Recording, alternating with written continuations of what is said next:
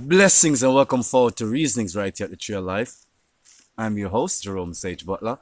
It's another beautiful day to celebrate the glory of Yahuwah, the very presence of being alive in the environment, within your personal home, within your car that you just paid for, you just, saved up enough money, or you just got whatever it is that little equity windfall, whatever it is that will enabling you to, push through and make these choices, whether you bought your first home, whatever it is, blessings and, all the grace that is there for the absorption. May you continue in that modus operandi where the good things become your way of life and your heartfelt desires become manifest, as you are fulfilling and being fulfilled in your purpose. You know what I'm saying? Yeah. Pardon me, it's a blessed day, and I just want to continue on this path. I've had a very interesting couple of weeks, and through the interest of the weeks and the kind of experiences that come through, I'm always drawn to, content and sharing them while I have been through them, or I'm going through them, or while I am processing them, or sometimes after they've been processed. And one such, vibration is on my heart today.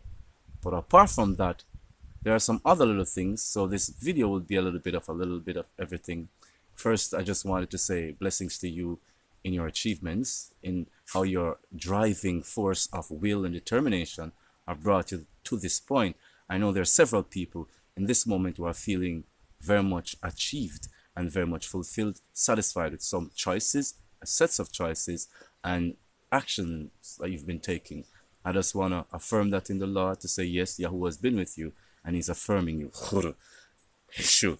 And that is actually a gift of the divine more than it is of an earthly kind of a blessing. It's a divine blessing.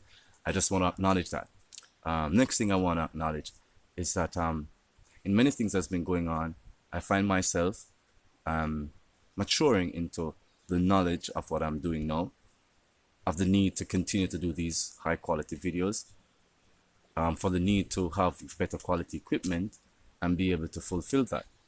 And I'm thinking more about it, and I'm feeling that it's time I bring the subscribers up to date on what has been going on. First, before I even say that, because it's a miscellaneous and so much things, I'm not going to ramble.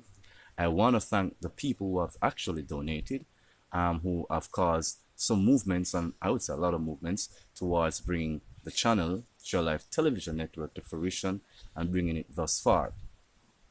Now, the state of what it is right now, and the cost of upkeep and posting these videos, the fact is we're not monetized, and that is something that I have consciously chosen to do. And as well, it is something that I think will add to the quality of, like, basically paying attention to the information and not being disrupted by the ads and the kind of pop-ups that come, on a monetized channel. Now, that has its fallbacks, right? Because, the previous channel was monetized, and that had its blessings, that it actually made some things possible when we needed it. And that was for that context. But for this context, I rather the pure content. But that put us in another situation. And that situation is that without a certain amount of donations, and I'm being very honest, it's kind of very hard to, keep this channel going, in the pure content that I've been endeavoring best through the Most High to present. So I'm just making a straightforward appeal, for help towards, continuing the processes of reasonings at the Tree of Life right here on Tree of Life Television Networks. And I would also ask that you like, subscribe, and share. It's always good to expand the content, and it's good, when we have interactive, communication. And I give thanks to the people, like I've said, who have been interacting, who have been communicating, and who have been demonstrating good, earthly practices of sharing and caring. So blessings. And I know for some strange reason, people are like that, don't ever like their names to be called. And I'm a kind of person who like to say, I thank so and so and so and so. So, I mean, let me be very clear. If you're a person who likes to make a donation, you want me to call your name, I'm not playing commercialization. I'm saying that from we have a rapport and a good communication, I don't have a problem with that. Saying true, I really don't. So it's not me trying to not say the people's name. They ask me not to. So if you are one that wants to make a donation, and you want your name to to be heard. Well, frankly, from we can communicate, and I see that you're, we're good like that. No problem, right? Because it's not like we are promote ourselves, right? Anyway, beyond that, no. You know, this current offering, it's something that is personal, and it's something that I don't have all of the information on, because I don't think it's like an academic study.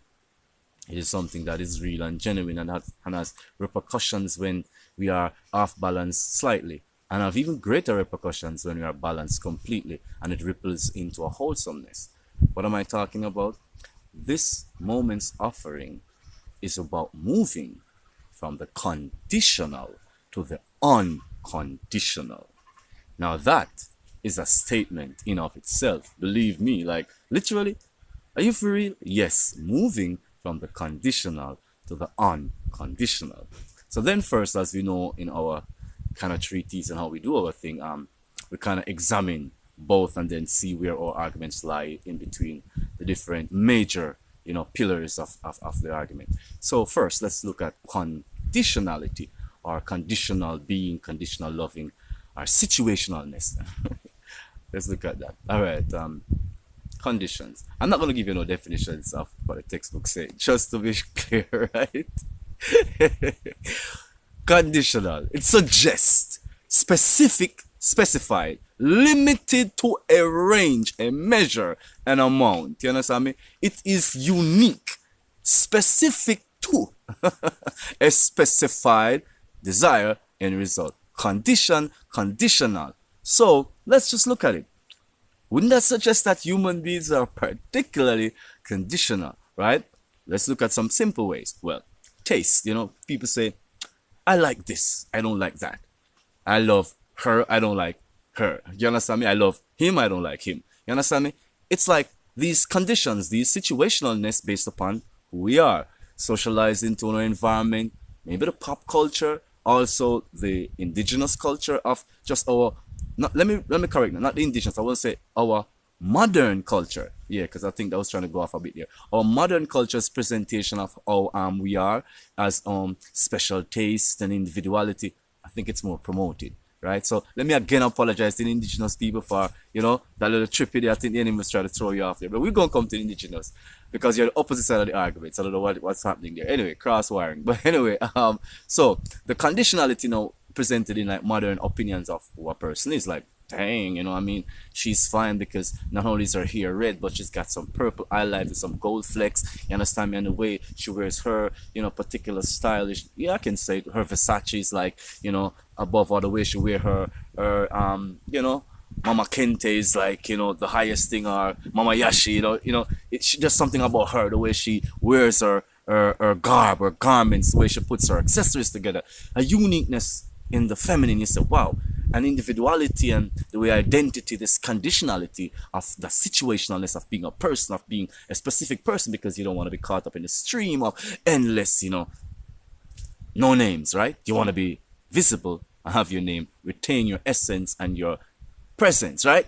Okay, so we got the women who's got that thing, we got the man that have them one little, macho male complex of situationalness, conditionality, how them figure a wife should be, a queen should be, a car should be, a house should be, where it should be situated, the kind of level of intellect a man should have, and how his mental processes should come together to know himself and know life and know existence, right? Very much conditional based upon his specific mother and father and the community in which they live and the kind of experiences they were specifically having, and then the situational idea of this conditional mind and personality begin to develop. So, simply put, in a long, strong mouthful, we are all in that soup mixed up and served out as different portion sizes, right?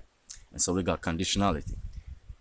The conditionality of our minds now, obviously, so it's the socialized outcome of our lives, and now we have the gear stick of our thoughts now to lead. So we say, okay, this is who we are. Now, when it comes to choices in life, obviously, self first, That's what comes. The condition comes always, because then it is your modus operandi. It's the way you've been socialized. So now you choose along that path. Specific also to family and family heritage now, you'll choose even more specifically along that path. You have some will rebel, but the conditionality of most will cause them to continue a certain lineage and heritage, even if they think they're not doing in the same state as their parents. So the conditionalities create this environment around us. It creates the choice of cars, choice of house, choice of mate, and places we even work sometimes and most times, right? I'm not going to say all the time because I know that there's some people who don't really choose that because they're still in a different kind of situationalness. So the conditionality of our mental space, emotional space becoming our entire lives, it becomes greatly evident in terms of when we begin to now get more mature. When it was always there, but as we mature into ourselves as adults now, we begin to see that ingrained, constantly reinforced behavior become literally foundation stones of who we are. So it's fixed, it's set, it's very hard to undo them. So the conditional man and woman now, as mature adults, chooses what we call the permanence of their lives. And obviously it comes through the condition, through the conditions and the conditionality of their thinking. So what is this permanence of life? Well, I described it in some fragments like houses and cars and stuff, but really the permanence of life is the identity which they'll maintain throughout existence, throughout the rest of their existence. Well, sometimes I can be so philosophical. Tell me the truth, people. Don't I go a little philosophical sometimes? Yeah, but it's okay. Yeah, so throughout their existence, that surety, that's something that they want to be constant. It is fixed. The permanence, of their thoughts now become fixed. The conditionality of it sets it in play. Now let's look at unconditional. Now, the unconditional is something that it's been in all folklore. People speak about this limitlessness that we can express from. Some see it as being a heightened state of the human presence. Some see it as a state almost existential, almost like apart from the human. Or a kind of like an evolution where the human grows into it or grows out of it. There are many placations, but it's hard to put them all in one, because if it's unconditional, it usually suggests this unboundedness that you cannot do a total measure of it. So how would that then factor into a person's socialization and a person's becoming? Now, first of all, there are words in biology and even in history that suggest symbiosis, correlation of elements, biological, psychological, vibrational, meat and matter, to create this sustaining sphere we call the biosphere. So if you look at that reasoning, you begin to recognize that it is not only biologically plausible, but also socially plausible that an unconditional state is the original state of existence, that a complete service and servitude unto all, from all, is actually the way of our existence. Now, in early indigenous culture, there wasn't so much an idea of a personal identity. They were more like the unconditioned identity, which was more in the nation, miscalled tribe sometimes, view of itself, that there were several families, and that within these several families, sometimes there are several communities, and one's identity is communal. It's an unlimited, unconditional view of oneself that is not placated around a specific like that one has. Because the identification of a separation of one from one's environment and one's family grouping or biological grouping is not clearly defined in indigenous culture. Hunting packs are packs because there were more than one people. Gathering packs were packs because there were more than one people. It was not like the industrialized working format structure of current age. So unconditionality in the natural premise, let's look at it in the spiritual premise. God, from the source of all being self, gave all unto all, creating all the realms of consciousness, all the realms of existence, all the dimensions of being. The divine unconditionally, unlimitedly gave of self, which is source, unto all, to become all. That within all is the source. Hence, it could not be. Unlimited, unconditional. A first cause, or an eternal cause, rather, that has no second or third ushering of itself. A first cause. A first, an eternal cause, before the plausibility of anything else. An unconditional result. An unconditional presence. That is always giving of itself consistently without a conditional desire.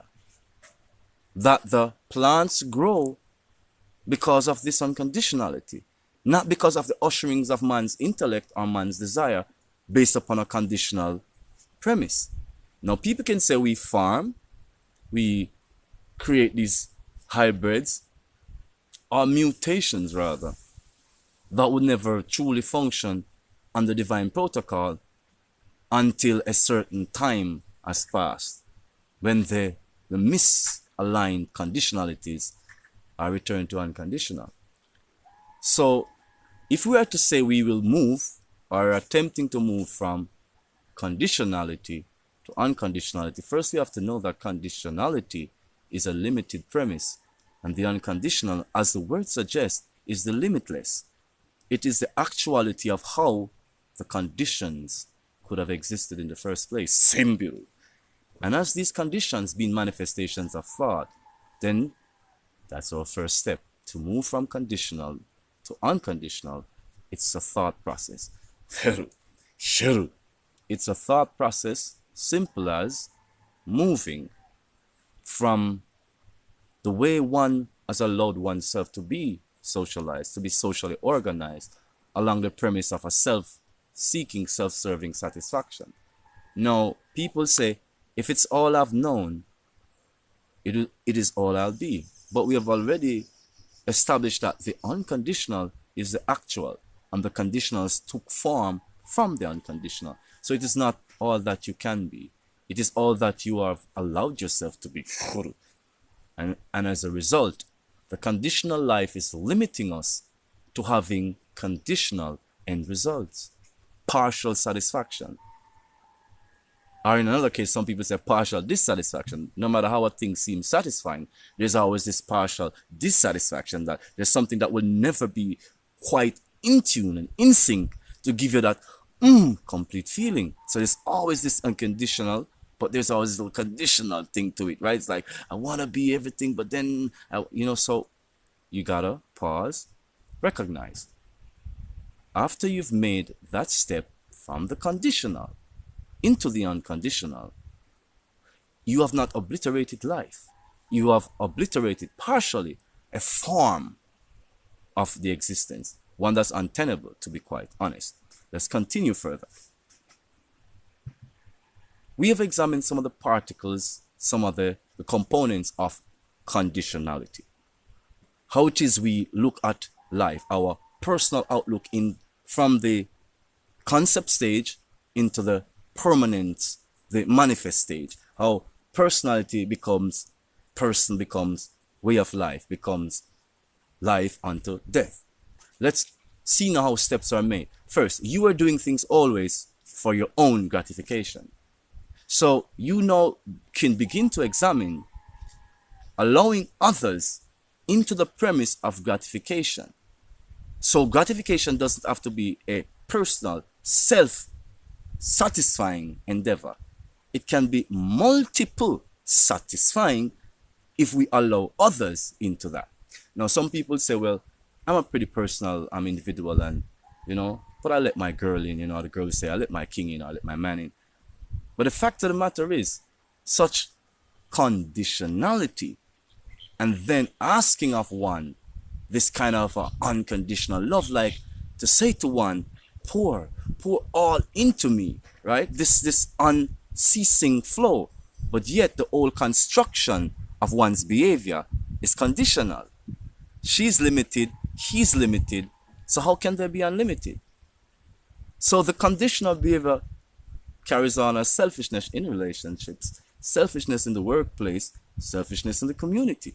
It carries on as many forms of detached behaviors, of disassociation with other members of the community, of trying to suggest that they are not a part of us or we're not a part of them. Many mind games placated around these conditional thoughts. It's like we see others as these ways of thinking that we hold in ourselves, right? These conditional belief systems. So now, when we allow others into our personal view now of what is reality, of what is satisfying, of what is possibly good, then we now begin to slowly take the step from conditional reality to unconditional reality. Now we can now see that there is a correlation with the other. We haven't even come to the point of saying that there is no other as yet. We can see that there is no war between the self and the perceived other. In Rasta we say I and I. That comes through the evolution of the knowing. So the conditional thoughts will wrestle. People will try to defend their space of individuality because they have held it sacrosanct as identity, as actuality, as fact of being. But what about those who are grown up in this unconditional reality? What about the indigenous people who the communal is the identity? And they and you being in contact, even the language resonates different. Even the sense of the situationalness is different. Because the unconditional situational is what we call cosmic. Such people does not speak in a language that is individualistically deterministic. They speak in a language that is cosmic and a very ephemeral kind of sense of being. Almost seeing oneself as being itself, the essence of being without the formulations, that the formulations are but contexts of contact. That's all they are. But even their essence of contact is vibratory. It's the essence. God is all. Source is all. Forms that are manifest from source, these conditionalities hold their root in the unconditional.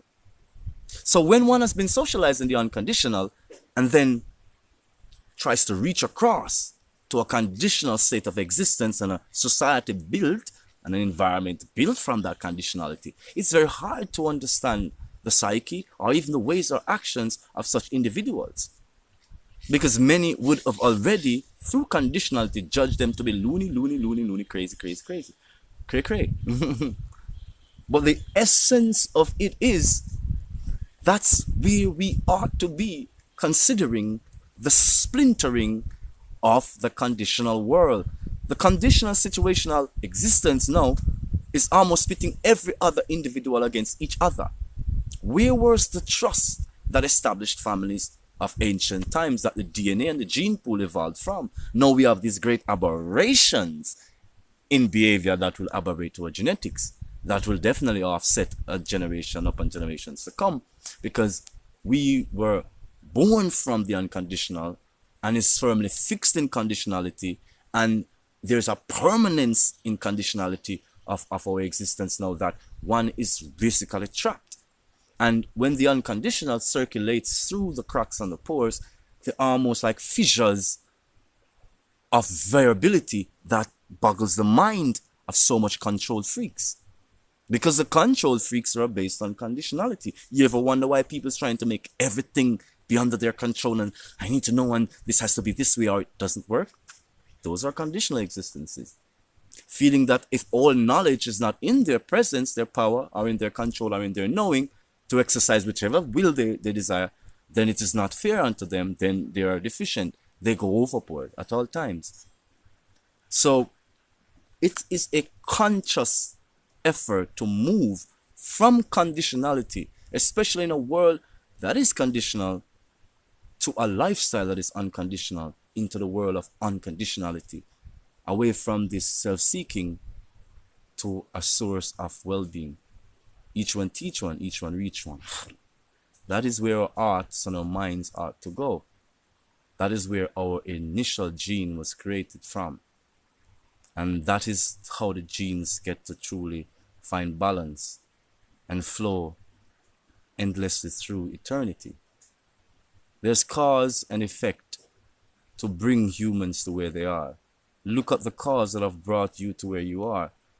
Examine your conditional thoughts and their effects upon your behavior and the end results of your lives. It does have a lot to do with why we are the way we are. And when we invite the conditional in, it is not just an argument of unconditional love, it's an argument of a behavior that can even facilitate unconditional love. At even looking at the fact that others ought to occupy the same place of premise as your mind and your thoughts do within your own consciousness. It must be equal. What fear is it to put another equal in your mind? Zero. Is it such a fear to even place them equal in your own mind? To say I am, that we are one? Is it so scary? But yet still, many are not endeavoring so to do. It is closely unto death that some recognize that there is the similitude that needs not be wrestled against. I used to be afraid too, because I didn't understand when the Spirit was saying, don't separate. I was like, but here you're telling me I'm set apart. You're just saying, don't separate. Set apart is different from separate. It took me a while to know that. So I'll leave that one to your minds to perceive it so you can find the answers yourself. So though I'm set apart, I'm not separate, and neither am I separated. And as such, I'm beginning to understand how the unconditional can seep through the cracks of our conditionality when we begin to listen more to others and to see more ourselves in others. Not even to see ourselves as others as yet, but to see ourselves in others. And when people say to you, you remind me of me, or there's something about you that resonates with me, it should not be an offense to what you think is your most uniqueness. It is a compliment to what is unconditional, what is beyond us, what is truly the eternal cause. And in all plausibility, people have a billion philosophies that would tell you why the individual pursuits is truly the beckoning call of life and our evolution. But I can tell you, look at the dysfunctionalities in what the waste, the junk, the garbage that cities produce, which are the cacophony, and I would say the major center of human activities, of the so-called individualistic human endeavors, all working as supposedly a complete organ in their individualism and in their indivisibility, in their divisibility rather. And in all this, look at the end result. It is like putting a glass dome over the clean environment, stagnating the air, stagnating the flow of the water, slowly drowning the plant life, animal life, and then killing everything with just non-activity, just stagnation of life. The city has to consistently be seeking deeply for fresh blood, fresh life, fresh source of exploitation, because it is unnatural, it is conditional. It is not unconditional. It does not have its rooting in that which is eternal, and therein lies the problem. Now, my spirit is saying to me, Jerome, the philosophical notions that humans have preserved over centuries and generations have actually tended towards this conditional existence, because it is almost like the premise of evolution is to really go away from the eternal, to become conditional and die separated from actual source. So I do not know how to articulate that to all minds, but I do know that there's some minds who clearly understood what was just said. And because of this devolution or de-evolution, the human experience has become tacit, toxic, very tending on to self-destructive, because the self they think isn't real. It is a aberration, abhorrence actually. And individual pursuit, though seemingly spectacular and appealing, is deep divine malpractice.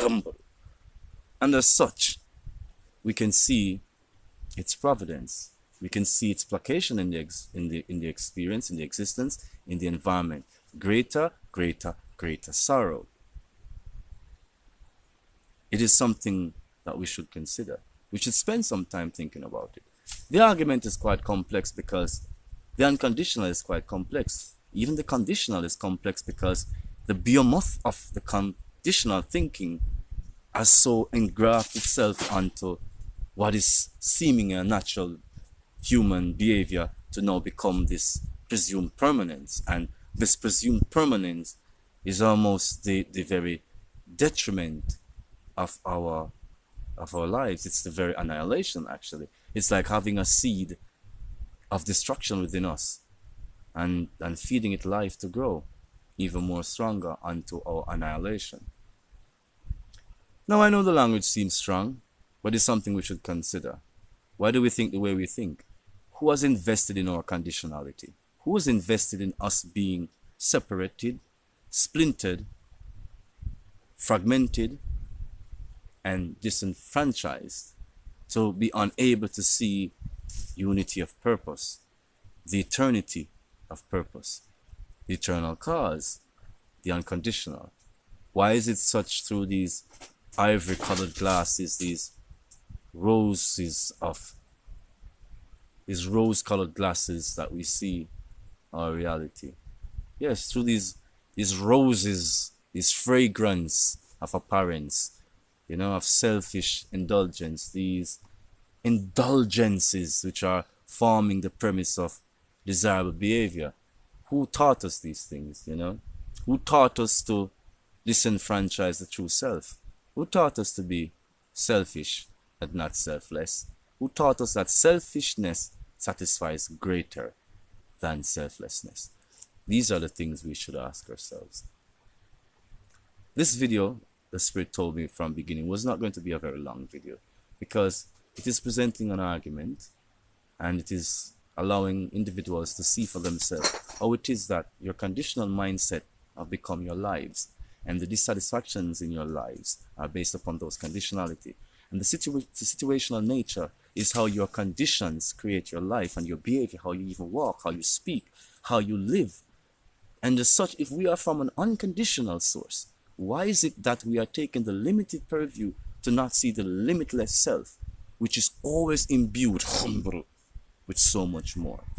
So we should examine these conditions that have caused us not to recognize the absolute nature, the eternal nature of our beings, so we can shift from conditional living, which is toxic living, into unconditional living. Our conditional states of mind into unconditional states of mind. Our conditional states of being into unconditional states of being. And to reap the benefits, the rewards thereof. Again, great blessings to you in the multiple configurations of your existence. Your achievements, as the Lord says, are not just steeped in your personal desires, but are part of the eternal. Know them. It is He who riseth up, He who puts it down. So remember, seek ye first the Most High and all of His righteousness, and all things shall be added unto you. So the unconditional is the source of the conditional. So if we should truly want to have the benefit of true existence, let us shift our view, our purview, our access away from conditionality to unconditionality. Unconditional living. Unconditional love. Love to you unconditionally. Blessings. As we teach each other, I listen out for your responses, all merits being considered. I await our communication on all levels as we can progress in an unconditional existence, not one condition based upon a video medium, based upon a medium of some word exchange, but based upon the factual nature that this is already scripted so in the divine. And as such, in the divine, we are imbued. We are unconditional gifts of presence, blessings, and love. Until next we meet again, this has been Reasonings right here at the Tree of Life. I'm Jerome Sage Butler. Take care until next time. Remember that you're a gift, an unconditional gift and blessing unto yourself, your family, your community, unto your environment. You are an unconditional gift unto yourself from divine. Blessings and love. Until next time.